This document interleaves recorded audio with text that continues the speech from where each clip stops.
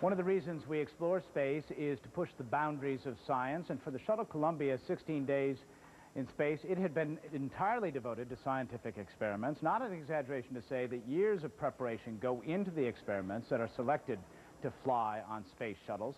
The Columbia carried experiments on changes in flame, how flames spread in space, and how flowers change their scent in the absence of gravity. They also studied the effects of weightlessness on rats to learn more about how weightlessness affects humans long term. They measured atmospheric dust to see what dust has to do with global warming. That was the principal experiment of Ilan Ramon, the Israeli astronaut. There were bee, ant, and spider behavior tests in weightlessness, crystal growth, with the hope of finding potential drugs which could cure things like cancer even. Tumor development in space was studied, colon cancer specifically.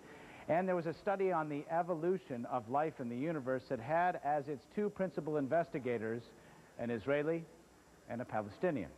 Now, along with the crew and Shuttle Columbia itself, the knowledge gained on all these experiments vanished today in the skies over Texas. Send it now to, we're going to take a break. We'll be back with more in just a moment.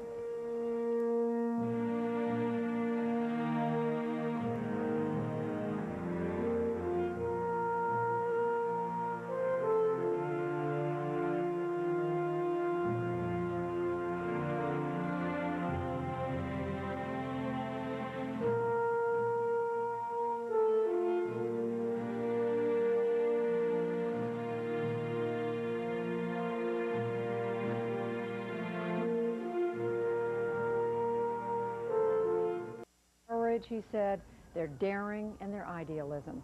For 4 of them, this was their first trip into space.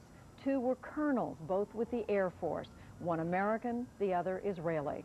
Ilan Ramon was his country's first astronaut. He joined NASA as a payload specialist in 1997. Married with 4 children, Ramon was 48 years old. The commander of this mission was Rick Husband. He had been an astronaut since 1994. And piloted the shuttle Discovery just about 4 years ago. Husband leaves behind a wife and 2 children. Laurel Clark was one of 2 doctors on this, her first flight, a mission specialist. She was the mother of 1. William McCool was Columbia's pilot, age 41 and married. He too was flying his first mission in space. David Brown was the other surgeon on board the shuttle, a former college gymnast, a mission specialist for the flight. He was 46 years old. The payload commander was Michael Anderson. He flew aboard the shuttle Endeavour in 1998. That took him to the Mir space station. Anderson was married and 46 years old. Kalpana Chawla was a native of India. She became an astronaut in 1994. She operated the shuttle's robotic arm on a mission 3 years later.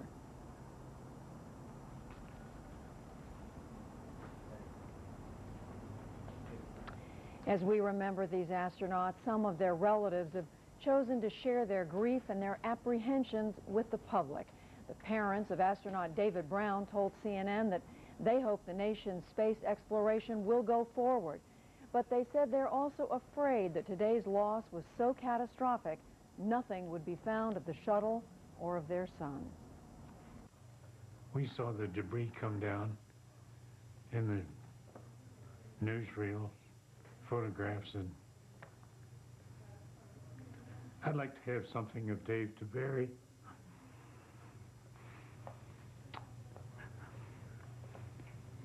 It may not happen.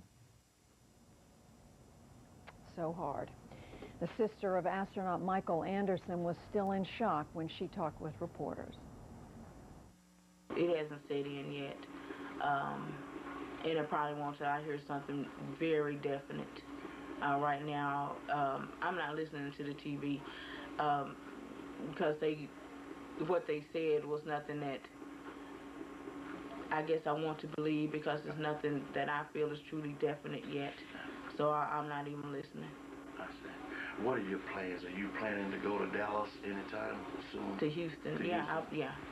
I'll go to Houston when I think it's appropriate. I'll go to Houston to be with my sister-in-law, and If necessary, I will be going to Spokane, Washington.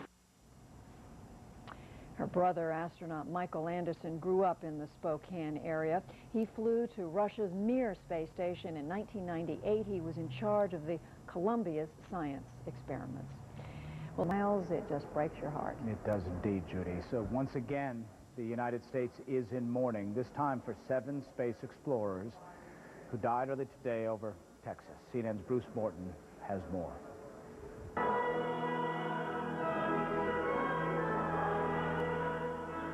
Americans mourned in churches. All this week, our prayers will be for the families that survived those 7 astronauts and the whole space program family. At the Kennedy Space Center, at the White House, flags at half-staff. At NASA headquarters here, a flag and a banner, which now looks sad. Family members grieve, of course. That's what he's dreamed of doing most of his life. That's what he said his goals to do. The principal of astronaut David Brown's old high school called us last year and asked if there was something that he could take from the high school up with him on this space mission. We eventually did send him a banner of the school that he brought up. Strangers were shocked in a gym in Chicago's planetarium. I went to space camp, and now it kind of scares me almost. So I don't know if I'm going to second thoughts, but I want to get into that. Well, I'm feeling pretty bad about this accident. Ever since Challenger crashed, I thought there was never going to be another space shuttle accident. It's just pure shock. Disbelief. This is unreal. I mean, you come out here expecting to see a shuttle land, and it's just not there. In fact, it's just 17 years and 3 days since the shuttle Challenger exploded on takeoff. On the anniversary, Columbia Commander Rick Husband remembered that crew and 3 others who died in the 1967 fire. Their dedication and devotion to the exploration of space was an inspiration to each of us and still motivates people around the world to achieve great things in service to others. President Bush led the mourning for the 7 who died aboard Columbia. The crew of the shuttle Columbia did not return safely to Earth. Yet we can pray that all are safely home. And at the NASA briefings for reporters, some voices broke. My promise to the crew and to the crew families is that the investigation that we have just launched will find the cause, we'll fix it, and then we'll move on. They will move on. Humankind has crossed oceans, explored continents, walked on the moon. Some kid tonight will be looking at the stars and thinking, why not? The urge to know what's out there is part of who we are. Bruce Morton, CNN, Washington. The exploration, we hope, will continue. Let's turn it to Wolf Blitzer in Houston. Wolf? You know, Miles, even as this investigation gets going and questions about the future of the space missions are asked, all sorts of commissions of inquiry, perhaps, that we're not even envisaging, people here in Houston at the Johnson Space Center, they're coming to the gates of this center, they're dropping off flowers, they're remembering, they're expressing their anguish, their sadness. If you take a look at the picture of these 7 astronauts, you look at them, you see the 5 men, the 2 women. Of those 5 men, 1 African-American, 1 Israeli, the Indian-American woman. It's a beautiful mosaic, cut short so sadly. Miles? Wolf Blitzer in Houston. On behalf of Wolf in Houston at the Johnson Space Center and Judy Woodruff in Washington, as well as Lou Dobbs down at the Kennedy Space Center, thank you very much for being with us for this special report. Be sure to join me again for another special report an hour from now, Columbia shuttle tragedy. That's 10 p.m. Eastern, 7 Pacific. I'm Miles O'Brien. Larry King Live is up next right here on CNN.